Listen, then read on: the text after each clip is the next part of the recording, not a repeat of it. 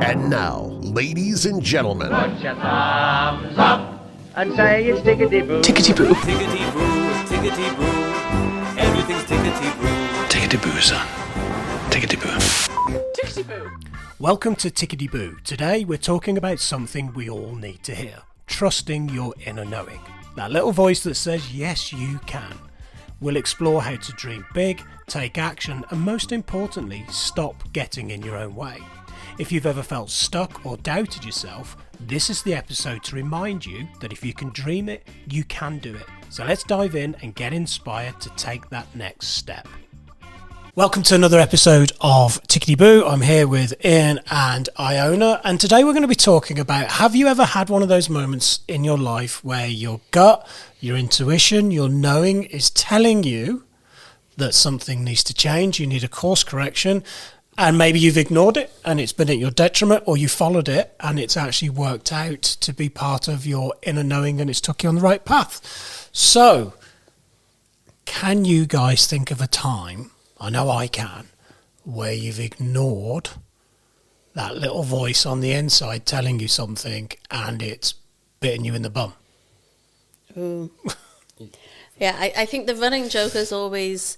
Quite often for people, it's like when they're at the altar and they go, oh, I knew I shouldn't have married that person. That's kind of a running joke where it can be a lot. There's been times where I've ignored that sort of inner knowing, that intuition, where things haven't gone quite the way I wanted, or I've been ignoring it so much that things get harder to do, whether it's a relationship, whether it's a job I'm in, whatever I'm doing gets harder and harder. You know, it's almost like you're heading down towards burnout.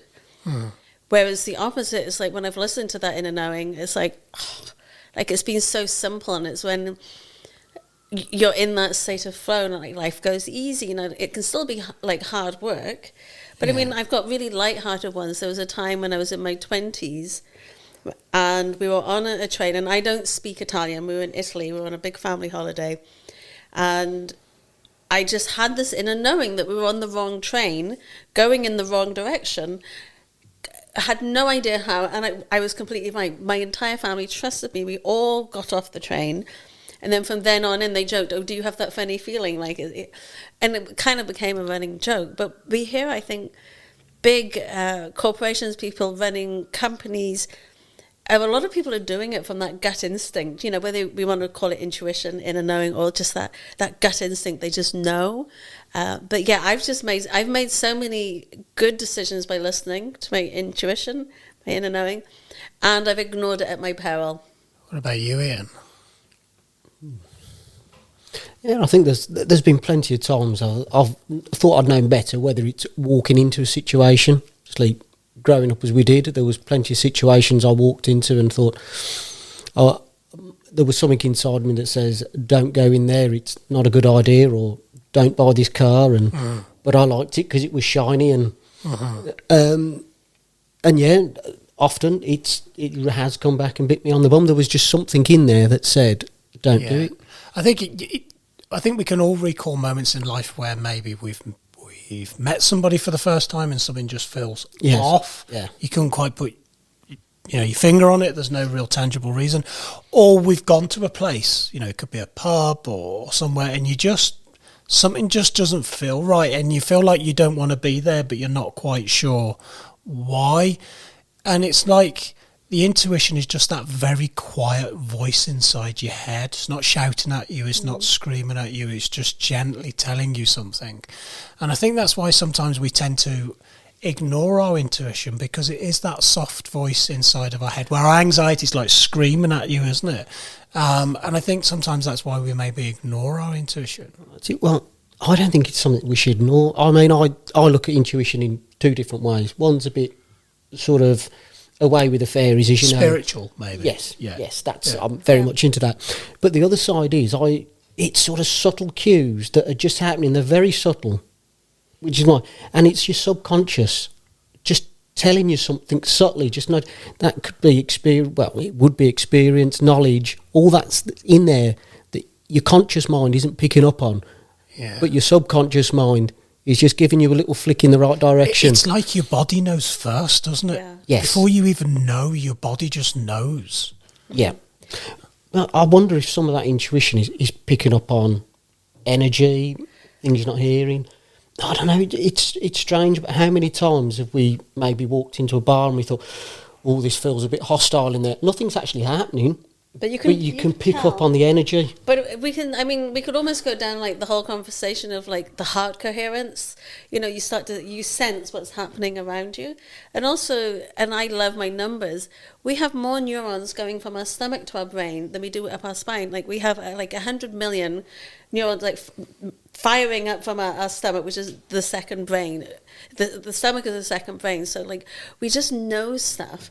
And it's a superpower if we can listen to it. I think it's kind of taken away from us when we're told, in school where we're schooled and do this, don't do that, finish your food. So we even like people start losing that, just knowing, oh, I've had enough food. Like it can be really basic, but we can have a lot of fun with intuition. Yeah, I think, how many times have you said, and you probably say it weekly, I had a gut feeling that was going to happen. Yeah. There's just this nagging gut feeling that something's not quite right there, but I'm not quite sure what it is. We actually feel this a lot more than we probably actually realise.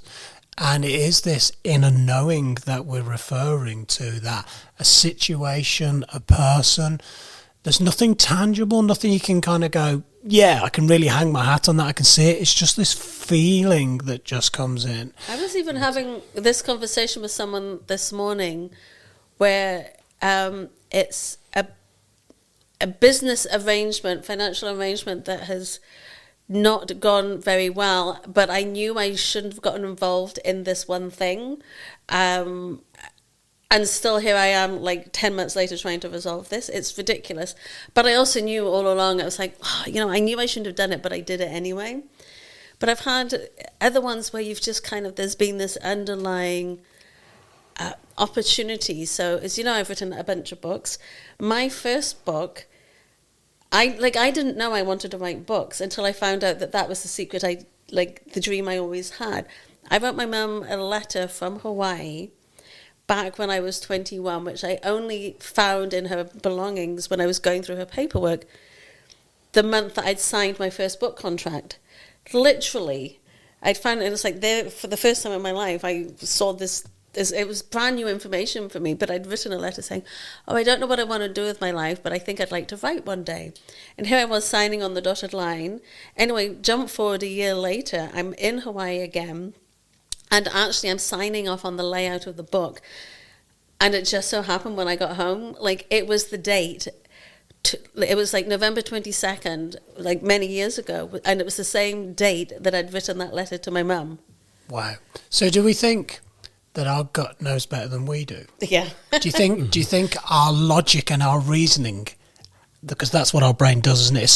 It searches for logic in situations. Yeah. Do you think our logic and our reasoning actually gets in the way of the gut that really probably knows better than we do? Yep. Yeah, very often. But that's going to be quite hard for some people listening to this podcast. And what you're telling me just to trust my gut more than what I can see. I think we're saying, yeah. Yeah. Yeah. I would love to hear from our listeners when their insights on this, because it's a great topic. If they send it in, we will read it out in our usual Q&A episodes. I think if I'm brutally honest, if I was to sit down and I'm just as I'm thinking this, I can think of people that have come into my domain in business and in friendship when my gut immediately screamed at me, not good, not good, not good, move away, bad energy. I can't think of one single situation where my gut was wrong. Yeah. No, Yeah. I agree. I don't know whether it's, I call it subconscious cues. Yeah. Because that feels a bit more tangible, really. That makes a bit more sense when I follow it. Yeah. But yeah, right, whether it's just your vibration that you're picking up on, somehow you're picking up on the fact that maybe their intentions, somebody else's intentions aren't the same as yours. So on the face of it, they're saying one thing, they're doing one thing they're saying one thing with their words, but their body language is saying something else, and you're subconsciously picking up on that. Yeah. Is there more science to it than just a gut feeling? So do you think we ignore our gut because the fear of missing out kicks in? If I don't go along with this, or I don't, take this business opportunity or become this friendship, I could miss out on this amazing thing? Well, I would say part of that, I think it comes to self-trust, trusting that we make the right decisions, because maybe we haven't learned that, we haven't always listened to ourselves, so self-doubt. So, we've talked about that before. But also on the other side of this, I also want to mention that some of us can be slightly overly impulsive. So I've gone completely the other way and just go, yes, whatever. And then I'm like, oh, actually, no, hang on. I'm literally leaping before I think. So, we're not saying throw caution to the wind and do the first thing that comes to mind, because I've done that a lot of times too. But there's that I really trusting your gut. But yeah, I think you've got to learn to self-trust with that. And there's a great exercise that people can do for that. It's if you set a little alarm in your phone, just go off. You can have it go off quietly. Let's say 11:11. Let's choose that magical number. And you just go and make a note in your phone of something that you kind of picked up on, or you thought, oh, I knew that was going to happen. So just start to look for magical moments, and you will start to notice how right you are. So you're just going, because I don't think it's something we have to train ourselves to do. I think it's something we have to just become aware that we're doing anyway. Mm-hmm. And it's been suppressed when we're children. It's and talked over because we're taught to fit in and conform and go to school and do what we're told. And great point.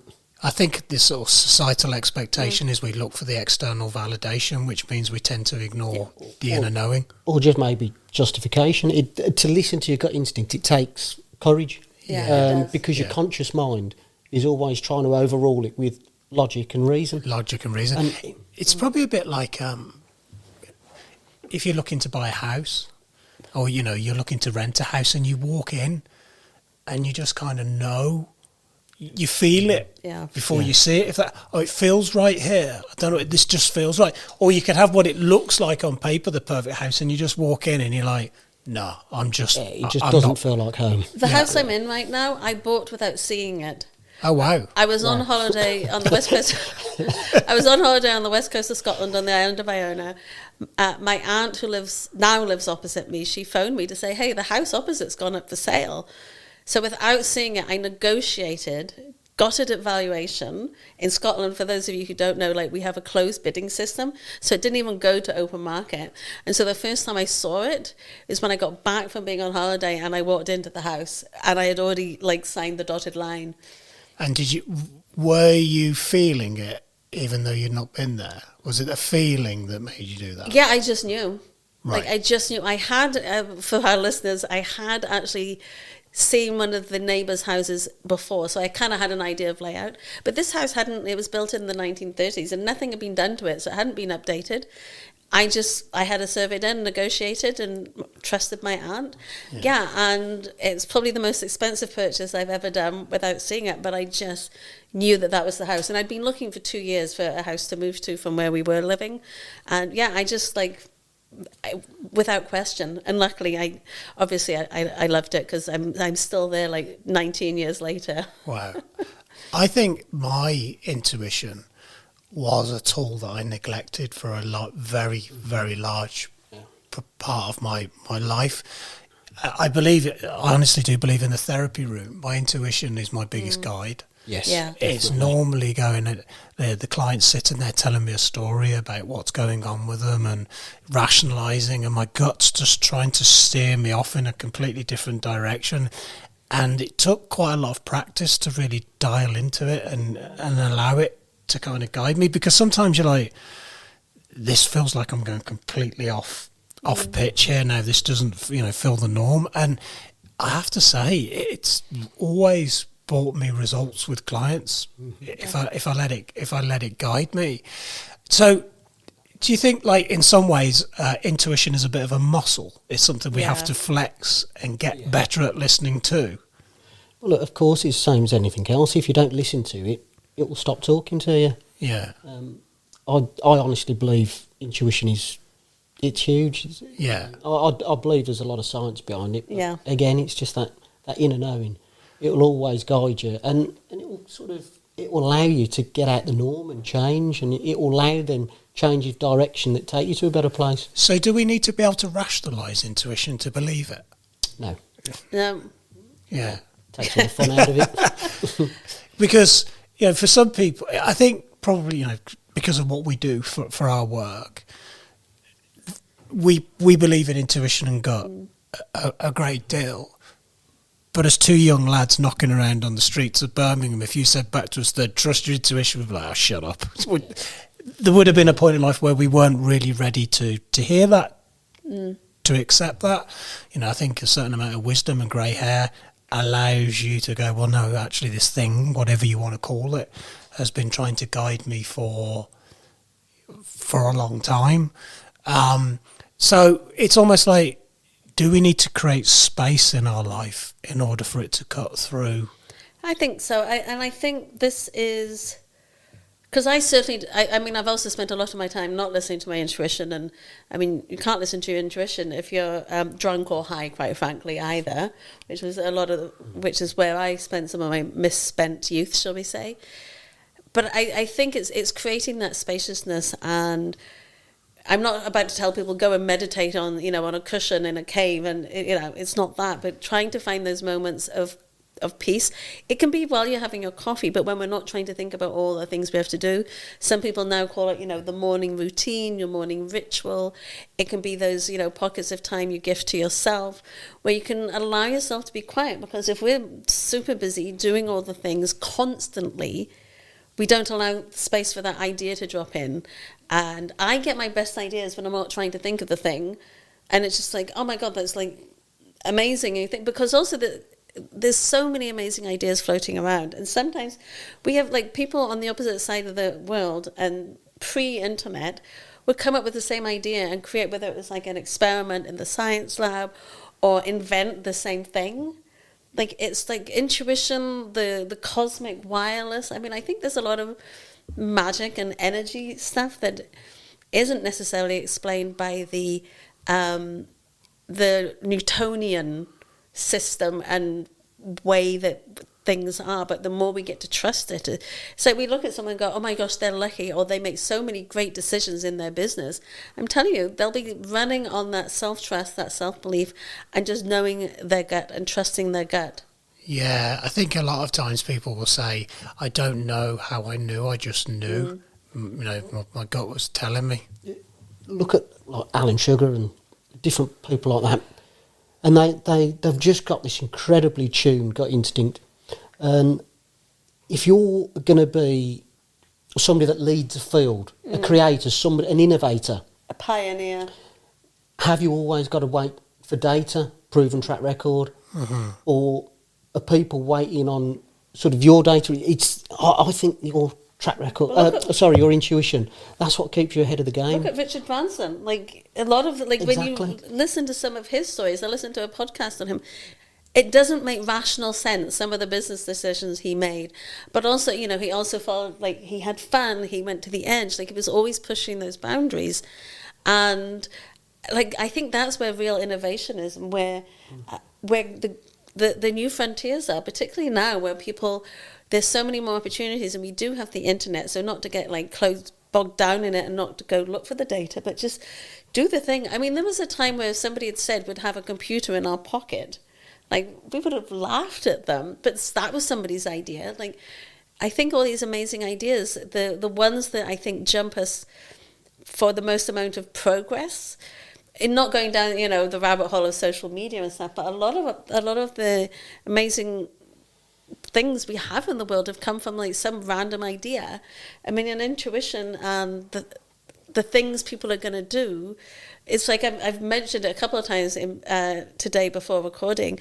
It's somebody came up with the idea for the pool noodle. Who in their right mind would think that was a rational and good business decision? But everywhere you go, all pools have a pool noodle. It's because one thing you don't hear is people going, my intuition consistently leads me to dead ends and to wrong places. But I think some people maybe mistake the feelings of anxiousness and nervousness and intuition. Well, you use the word there, feelings. Yeah. At what point does it stop becoming intuition and start becoming feelings? It's more than a feeling. Is it more than a feeling, or is it a feeling? I don't know. You're singing to me now. Yeah. But you get what I'm saying, because we talked about, you can walk into a space or you can meet somebody And for me, the first thing I notice is a feeling. Yes. My intuition makes me feel something. It's not anxiety. It's not unease. It's just something's off. Oh, well, but this is where people can, when they're trying to go, I don't know if I trust my intuition or if I ever listen. Look for the times when you have, and you haven't, or you've walked into that room and you've ignored that feeling you had and just gone, oh, I'm being paranoid or I'm being silly. Because then you can go, oh, actually, when I feel like that, because we don't all have that sense the same way. And then you get to go, okay, well, when I feel that way, this is what it means. And then you've got to start to go, oh, okay, kind of, I already know. Because you and I could walk into the same room, still get an uneasy feeling, but the way we sense it could be completely different. So I think our listeners can kind of build it their own method and go, oh, well, this is how I know it's this or that. Yeah, I had it. A couple of years ago, I was looking for new business premises, and I looked at somewhere which geographically and building-wise, it was perfect. But while I was going around it, something was off. I don't know what it was. Just something was saying, don't be here. Just go. It's not right for you. And I just walked away going, no, that's not for me. Thanks very much. And 2 weeks later, the building burnt down. Oh. Now, if I'd taken it, it would have been keys that week and all of my possessions going into that building. And that feeling, I recognise that feeling from lots of different times in my life where in situations, I have to say business intuition of customers who are not right, people are not right, opportunities are not right, in particular, and interpersonal as well, definitely, it's that. I think when it's something like business, it's easier because it's more sort of transactional. It's like yes or no, but when it's interpersonal, there's the nuances. Yeah, it's like, oh, am I being paranoid? Am I overthinking?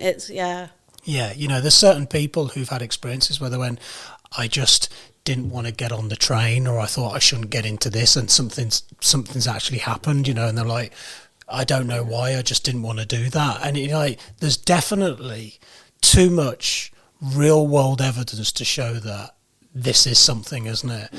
And I think for people, practicing the art of just listening to yourself a little bit more and trusting yourself a little bit more. And even if in that moment you're like, well, I was feeling that, just writing it down and sitting with it for a little bit.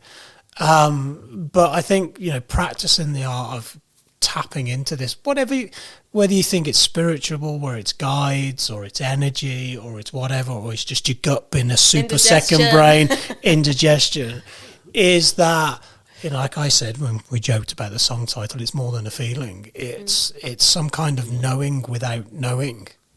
Yes. And not searching for reasoning. So I think if you in a place in your life right now where you feel like you're not in the right place, or you're not doing the right thing, or you need to look at people and situations around you, practice the art of going quiet and go for listening. A walk. Actually go for a walk. I mean, I get a lot of my big ideas when I'm driving, when I'm in the shower.